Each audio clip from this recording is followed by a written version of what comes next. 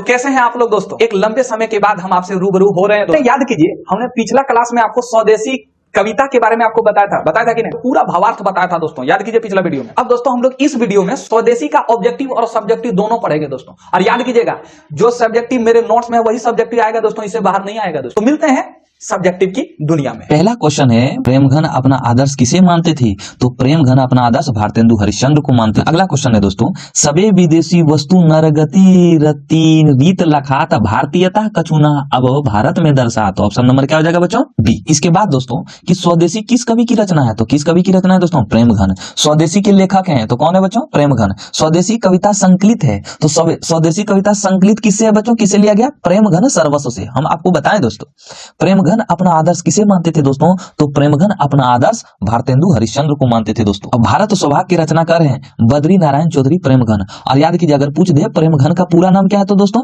तो बताना बद्री नारायण चौधरी प्रेमघन। ठीक है, बद्री नारायण चौधरी प्रेमघन की रचनाएं किस नाम से संग्रहित किया गया है दोस्तों? तो वो नाम क्या है बच्चों? प्रेमघन सर्वस्व। प्रयाग रामागमन शीर्षक नाटक किसकी रचना है?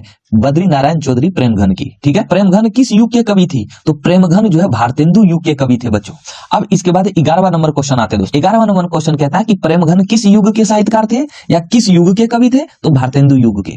स्वदेशी शीर्षक पाठ्य पुस्तक में संकलित कविता किस छंद में है? तो किस छंद में है दोस्तों? दोहा में है। चौपाई मतलब जिसमें चार पदों से हम लोग चौपाई कहते हैं दोस्तों। इसके बाद दोस्तों अगला क्वेश्चन है कि ग्रामीण जीवन के यथार्थवाद चित्रण प्रेमघन रचित किस काव्य में है? तो किस काव्य में है दोस्तों? किस काव्य में है दोस्तों? जीर्ण जनपद में। जीर्ण जनपद की किसकी कृति होगा दोस्तों? कृति मतलब रचना। तो किसकी कृति है बच्चों? प्रेमघन की। भारतेंदु युग के कवि कौन है दोस्तों? तो भारतेंदु युग के कवि कौन है बच्चों? प्रेमघन है। अब अगला क्वेश्चन है कि स्वदेशी शीर्षक पाठ के रचनाकार हैं तो कौन है दोस्तों? प्रेमघन। स्वदेशी कविता संकलित है तो किसमें संकलित है दोस्तों? तो किसमें संकलित है बच्चों? प्रेमघन सर्वस्व में। प्रेमघन अपना आदर्श किसे मानते हैं? भारतेंदु हरिश्चंद्र को। बार बार रिपीट क्वेश्चन हो रहा है दोस्तों। भारत सौभाग्य। अगला क्वेश्चन है कि भारत सौभाग्य किनका प्रसिद्ध नाटक है दोस्तों? तो प्रेमघन का है। बद्री नारायण चौधरी प्रेमघन की रचनाएं किस नाम से संग्रहित है? तो किस नाम से संग्रहित है दोस्तों? प्रेमघन सर्वस्व से। प्रयाग रामागमन शीर्षक नाटक किसकी रचना है? तो किसकी रचना है दोस्तों? तो ये हो जाएगा आपका ऑप्शन नंबर डी, प्रेमघन सर्वस्व में। प्रेमघन अपना आदर्श किसे मानते हैं? भारतेंदु हरिश्चंद्र को। बार बार रिपीट क्वेश्चन हो रहा है दोस्तों। अगला क्वेश्चन है कि भारत सौभाग्य किनका प्रसिद्ध नाटक है दोस्तों? तो प्रेमघन का है।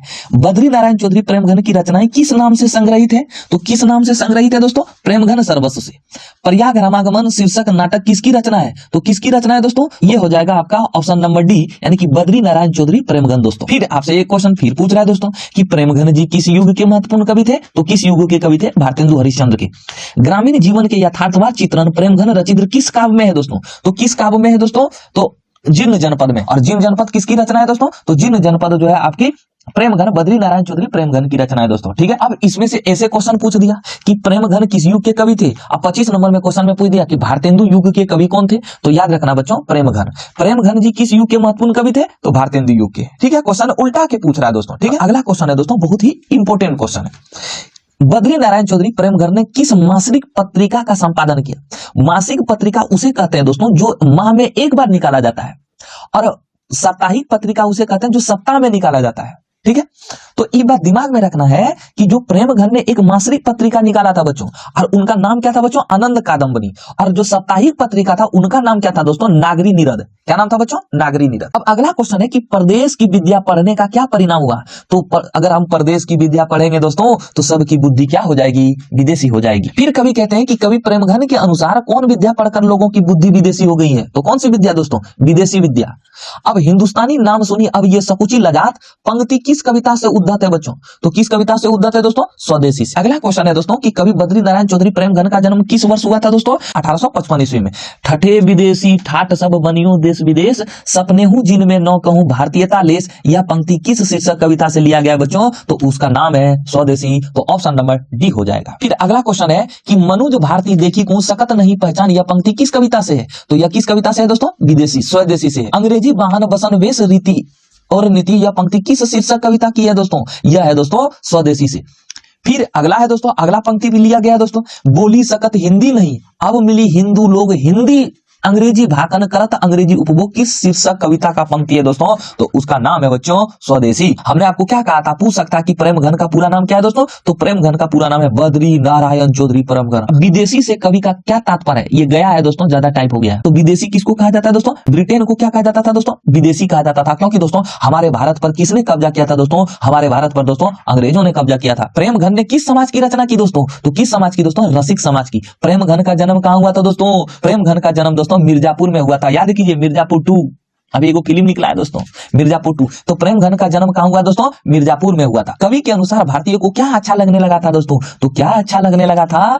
विदेशी चाल चलन अच्छा लगने लगा था, विदेशी वेशभूषा अच्छा लगने लगा था, विदेशी रहन सहन अच्छा लगने लगा था। तो इसमें ऑप्शन नंबर क्या हो जाएगा बच्चों? डी हो जाएगा। यानी कि ये सभी चीज दोस्तों भारतीय को अच्छा लगने लगा था दोस्तों। इसके बाद प्रेमघन का जन्म कब हुआ था दोस्तों? तो प्रेमघन का जन्म 1855 ईस्वी में हुआ था। ठीक है। अब दोस्तों प्रेमघन की मृत्यु कब हुई थी दोस्तों? तो प्रेमघन की मृत्यु 1922 में हुआ था। प्रेमघन साहित्य सम्मेलन के किस अधिवेशन के सभापति बने थे दोस्तों? तो वो कलकत्ता के अधिवेशन में दोस्तों।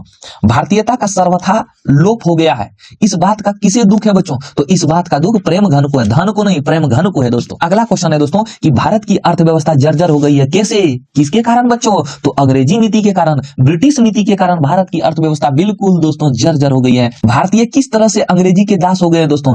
तन से, मन से, दोनों से हो गए हैं। ऑप्शन नंबर क्या हो जाएगा बच्चों? डी हो जाएगा। प्रयाग रामागमन शीर्षक नाटक किसकी रचना है दोस्तों? तो किसकी रचना है दोस्तों?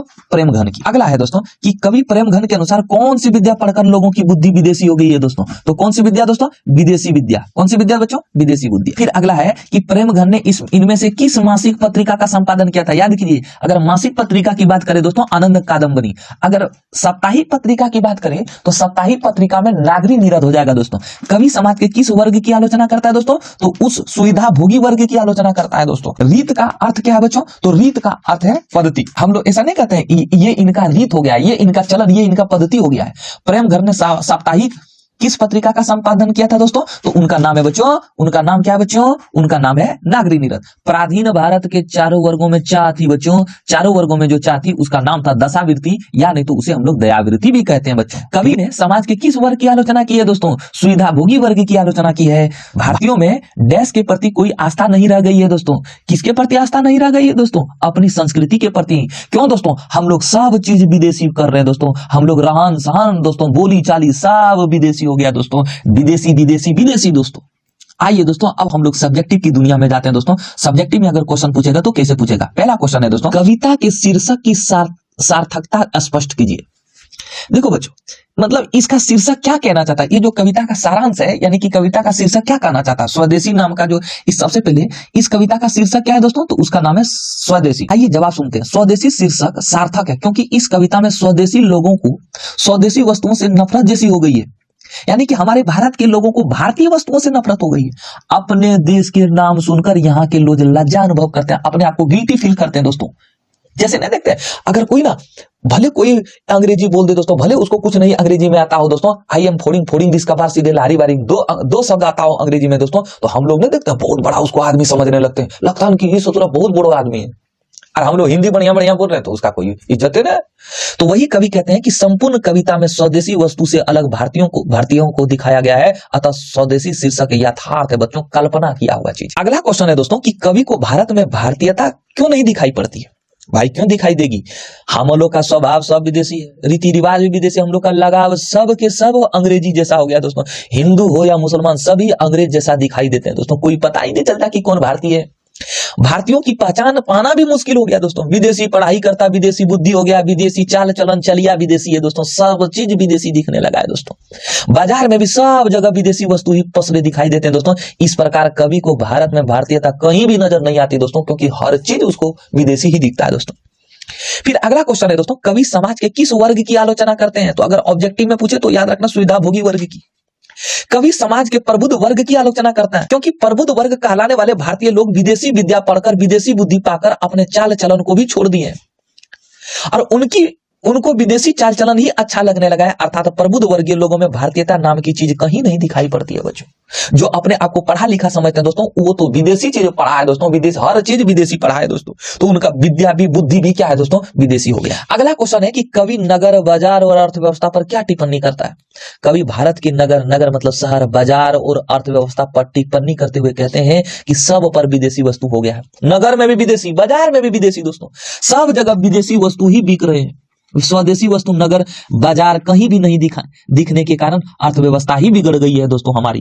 क्योंकि दोस्तों हमारा भारत का तो कुछ है ही नहीं दोस्तों। हमारे भारत के मार्केट में किसका सामान बिक रहा है दोस्तों, अंग्रेजी का सामान बिक रहा है दोस्तों। तो कवि यहाँ जो दोस्तों किसका विरोध कर रहे हैं दोस्तों, अंग्रेजों का विरोध कर रहे हैं। अगला क्वेश्चन है कि नेताओं के बारे में कवि की क्या राय है दोस्तों। ढोली ढाली धोती पहनते हैं नेता सब, उसमें पैसा भरते हैं। तो भारतीय नेताओं के बारे में कवि की राय यही है कि जब इन नेताओं को भारतीय ढीली ढाली धोती नहीं संभलता है, तो फिर ये लोग देश के बागडोर को कैसे संभालेंगे।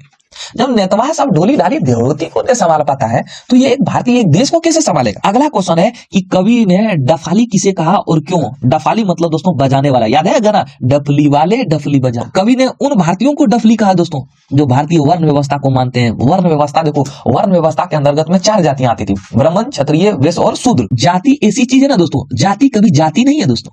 आप ना कुछ भी कर लो दोस्तों, जाति कभी नहीं जाएगी, ठीक है। तो वर्ण जो अभी भी हम लोग इतना पढ़ा लिखा समाज हो के दोस्तों, अभी भी हम लोग किसको मानते हैं बच्चों, जाति व्यवस्था को मानते हैं। तो हम लोग अभी भी तो अंग्रेजों का गुलाम है दोस्तों, क्योंकि ये लोग गुलामी करके ही जीना चाहते हैं, अंग्रेजों का खुशामद करते हैं और अपने स्वदेशी वस्तुओं की झूठी प्रशंसा करते हैं। कौन दोस्तों, हमारे भारतीय लोग हमारे ही वस्तुओं की झूठी प्रशंसा करते हैं दोस्तों। तो ये था दोस्तों क्वेश्चन और आंसर दोस्तों। आप देख रहे हैं हमने ऑब्जेक्टिव और सब्जेक्टिव दोनों बताए दोस्तों। तो कैसा लगा वीडियो दोस्तों, हमने आपको स्वदेशी का सब्जेक्टिव और ऑब्जेक्टिव दोनों कराया दोस्तों। और याद कीजिए स्वदेशी का लेखक कौन है दोस्तों, तो स्वदेशी का लेखक आपका है दोस्तों बद्री नारायण चौधरी प्रेमघन। दोस्तों आपने ऑब्जेक्टिव में भी पढ़ा होगा दोस्तों ऐसा कि प्रेमघन का पूरा नाम क्या था, तो बद्री नारायण चौधरी प्रेमघन। दोस्तों इतना बड़ा नाम था दोस्तों, सांस लेने में अटक जाता है दोस्तों।